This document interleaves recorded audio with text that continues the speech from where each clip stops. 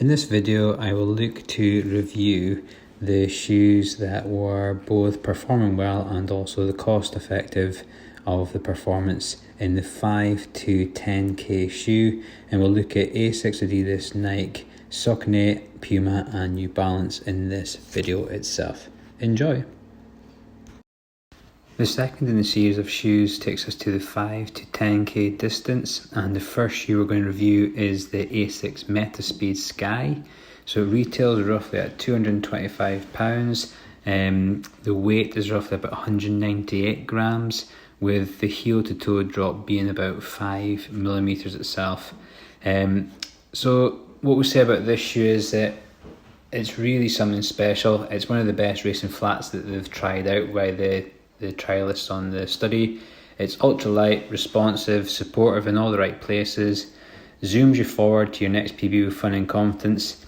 It's even better in comparison to all other carbon plated shoes that they've tested by far, and also the most stable at slower speeds. So the most positive things about the shoe is that it's bouncy, responsive, it feels fast, it has a fantastic grip with the ground, it's ultra breathable with its upper. It's stable even at slower speeds. It's really lightweight, being under 200 grams. It fits perfectly, superb foot lockdown, and also fits the wider foot. The negative things are that it's not so durable, so there is reports that it does wear through quite quickly.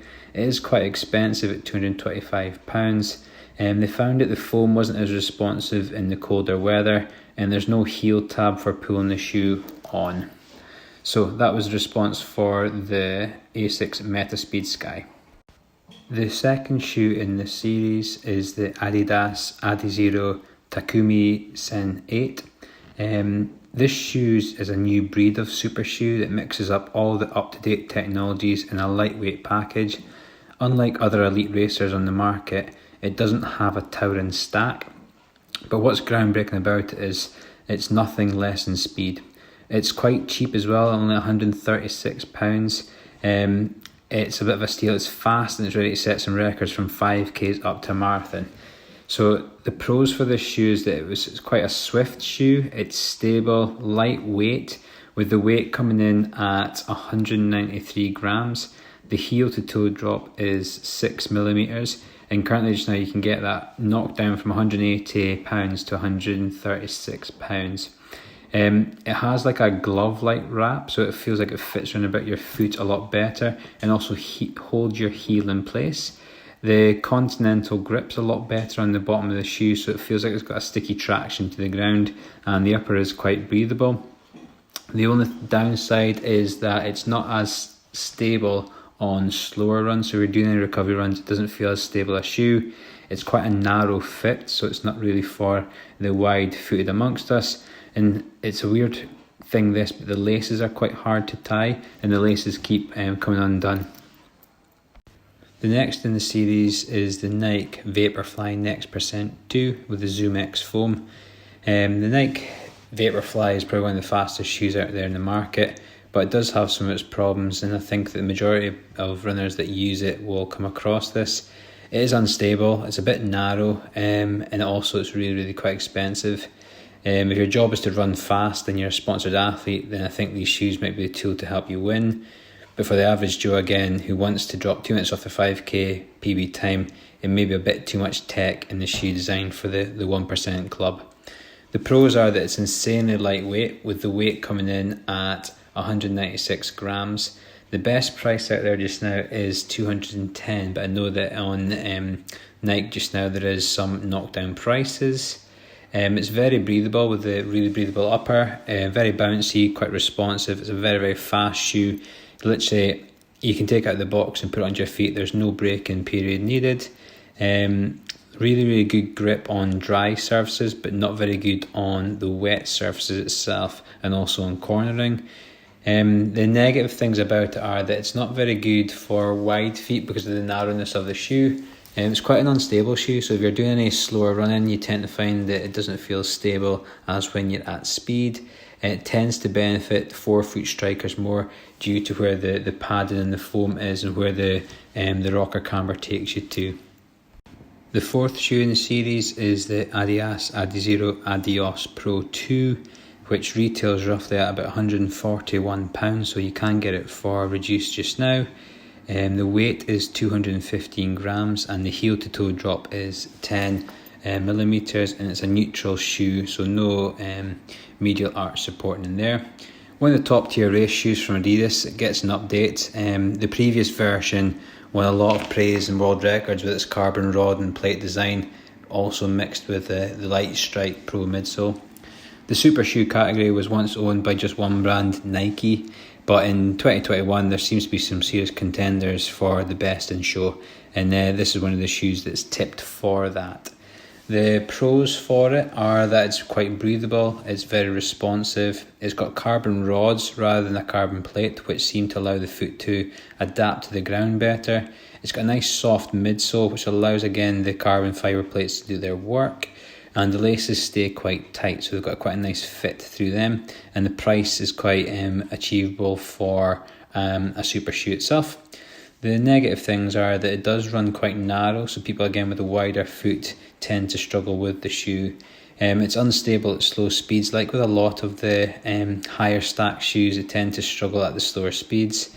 And also the sizing is just a wee bit out and it runs half a size big, so if you are getting a shoe, you want to be half a size bigger.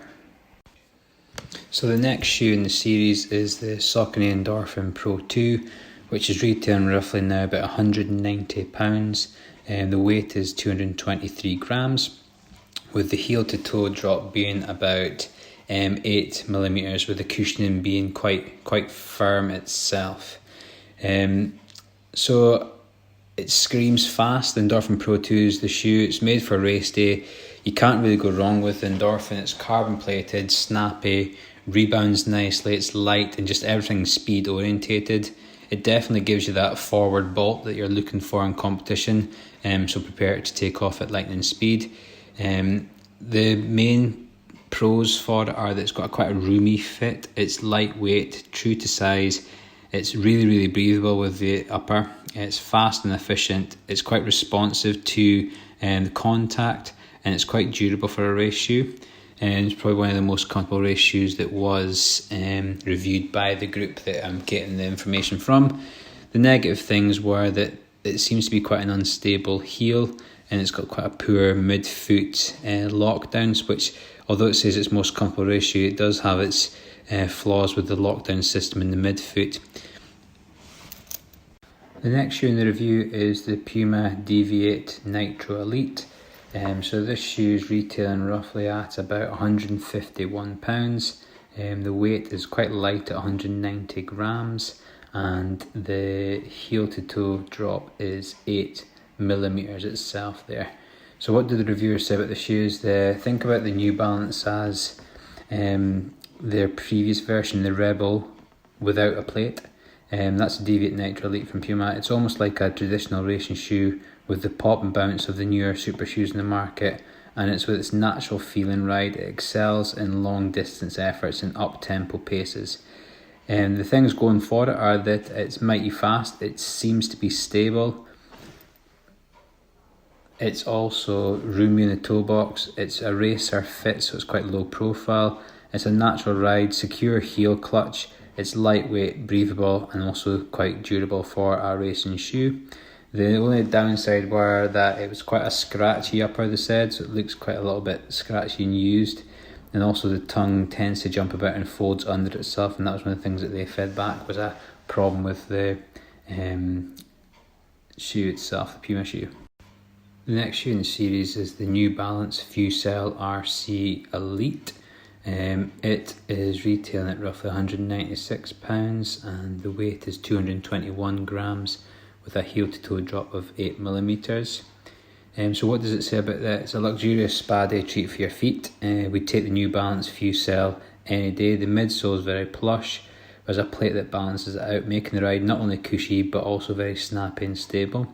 If you're looking for a mid to long distance racing shoe that will outthrow the swoosh, i.e. Nike, then this will do it handsomely itself. So the pros for it are that it's a plush Comfortable race shoe. It's smooth, fast, breathable, responsive on the toe off. It's got a carbon plate in it as well. It's stiff but not too stiff and fits well with wider feet. It's true to size, it's stretchy material, it actually hugs your foot in place, and it's actually got quite a good grip under wet conditions.